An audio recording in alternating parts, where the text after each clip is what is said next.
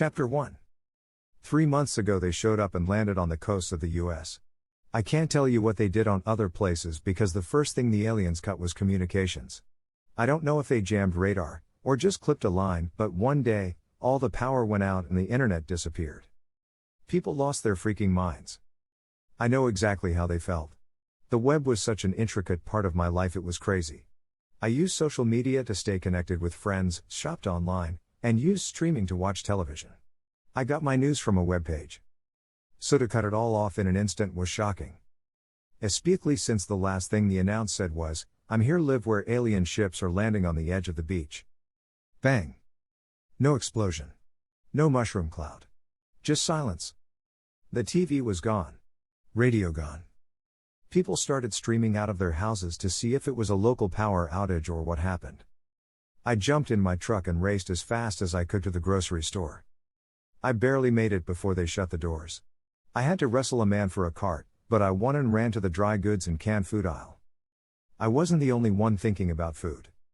The store was packed, the rows dark, the only light leaking in from plastic skylights, and the giant windows on the front of the store. I grabbed ramen noodles and packages of food, and shoved my way over to the canned food aisle. I didn't even look, just used my arm to scoop cans of beans into the cart. A woman reached in and started pulling out cans. I almost hit her, but she had her son in the child's seat. I yanked her cart forward and shoved a shelf of cans into her cart too. She smiled and pushed past me. I went the other way to the produce aisle. The bins were empty and people were starting to fight over the meat and deli trays along one side. I pushed and dodged over to the potato bin and grabbed 2 bags from underneath the shelf.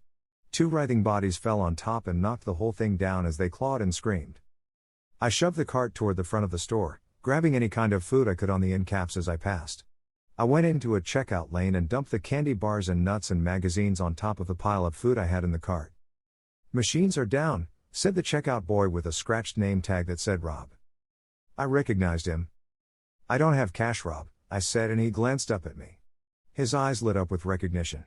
He didn't know my name, but he had seen me there enough to know I was a regular. Another fight broke out between 2 women over a bag of marshmallows. Rob sighed as he watched them crash into an end cap and knock it over. More and more violence was popping up in the store. He shrugged. "You better get out of here," he said. He abandoned the register and grabbed a cart of his own to fill. I raced outside and opened the back of my SUV. I shoved the unbagged groceries in loose, trying to ignore the growing screams, sirens, yells and chaos in the parking lot. The fights inside were spilling out, the lot was getting jammed with cars as more and more people decided to stock up. A man ran up and grabbed my cart. He started hauling it away. I tackled him around the legs and knocked him down. He hit me 3 times on the side of the head with his palm, slaps that made my head buzz a little. I rolled off and kicked him. He let go of the cart. I ran it back to my truck and finished unloading it. I just left the cart directly behind the SUV.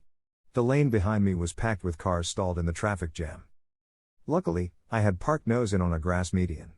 I dropped down into low gear and popped over the grassy brake and bounced out into the road. I made it to my house even as the road filled up with cars. I guess they were trying to escape, which sounded like a good idea to me. Just not then, not at the beginning. I was trying to be rational about it. Everyone would be attempting to leave and there were 2 million people around Orlando.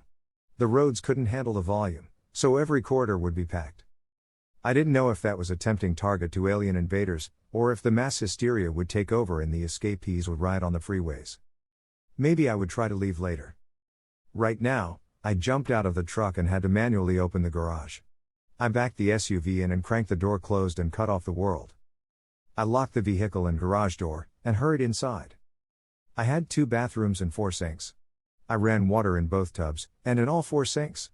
I took every pot out of the cabinet and filled it with water, and every pitcher, jug and glass I could yank out of the cabinets.